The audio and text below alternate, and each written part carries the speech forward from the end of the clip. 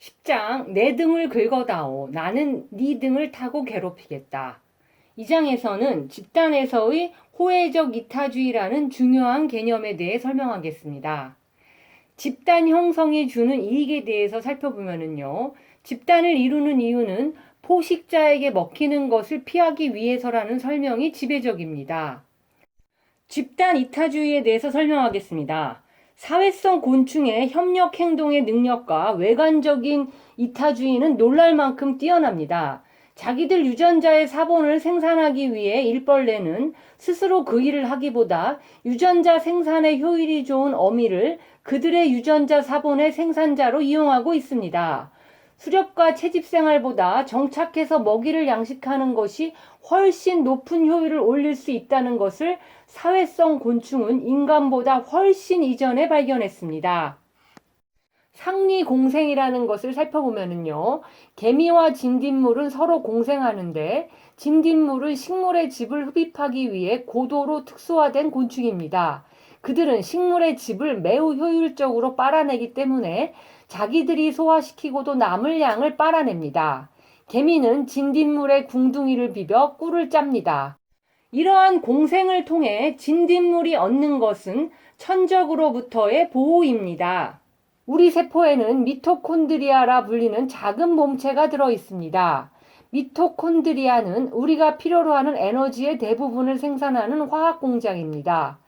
이 미토콘드리아는 진화의 아주 초기 단계에서 우리의 유사세포와 힘을 합치게 된 공생 박테리아가 그 기원이었다는 논의가 최근 설득력 있게 전개되고 있습니다. 우리의 유전자 하나하나가 공생 단위체라고 하는 보다 과격한 생각이 언젠가는 받아들여지게 될 것이라고 저자는 추측합니다. 우리는 공생적인 유전자들의 거대한 집합체인 것입니다. 바이러스는 우리의 몸과 같은 유전자 집합체에서 이탈된 유전자일지도 모릅니다. 바이러스는 단백질 옷을 입은 순수한 DNA 또는 이와 유사한 다른 자기 복제 분자입니다. 그것들은 주위에 단백질의 옷을 입으며 예외 없이 기생적인 존재입니다. 유전자는 성견지명이 없습니다.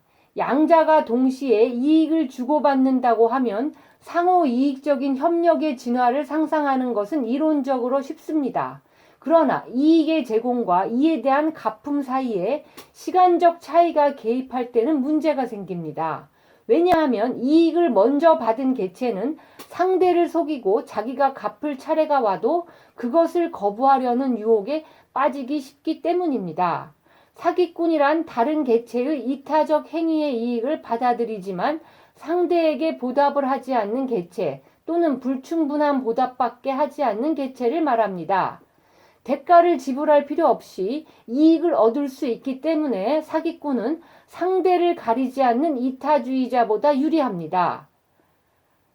새와 포유류의 경우 상호적인 털 손질을 매우 흔하게 볼 수 있는데 선심파는 도움을 필요로 하는 상대라면 누구에게나 털 손질을 해줍니다.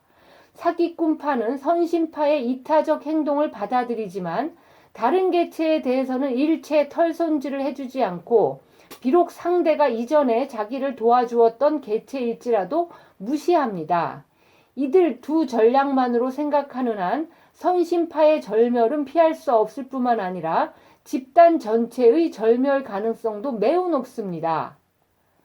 원한파는 처음 대하는 상대와 이전에 그에게 털손질을 해준 개체에 대해서는 털손질을 해주고 그를 속인 일이 있는 상대라면 원한을 품습니다. 즉, 그 후에는 그 개체의 털손질을 거부합니다.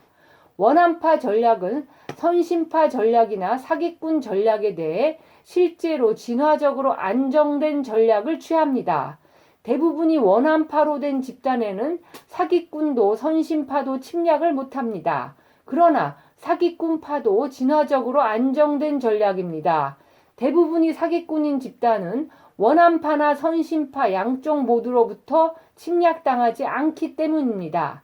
집단은 이 두 가지의 진화적으로 안정된 전략의 어느 편에 안주하게 됩니다. 인간에게는 오래도록 기억하는 능력과 개체 식별의 능력이 잘 발달되어 있습니다. 따라서 호혜적 이타주의는 인간의 진화에서도 중요한 역할을 했을 것으로 예상됩니다.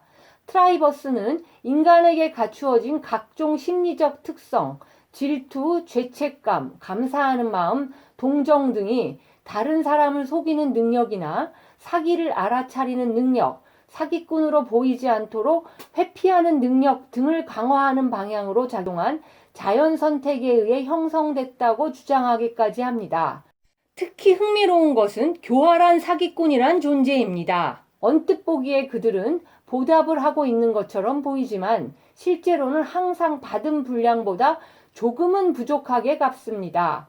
사람의 비대한 대뇌와 수학적으로 무엇을 생각할 수 있는 소질은 보다 우회적인 사기 행위를 하고 동시에 타인의 사기 행위를 간파하기 위한 메커니즘으로서 진화했을 가능성까지도 있습니다. 이와 같은 견해로 보면 돈은 지연된 호혜적 이타주의의 공식적인 상징입니다.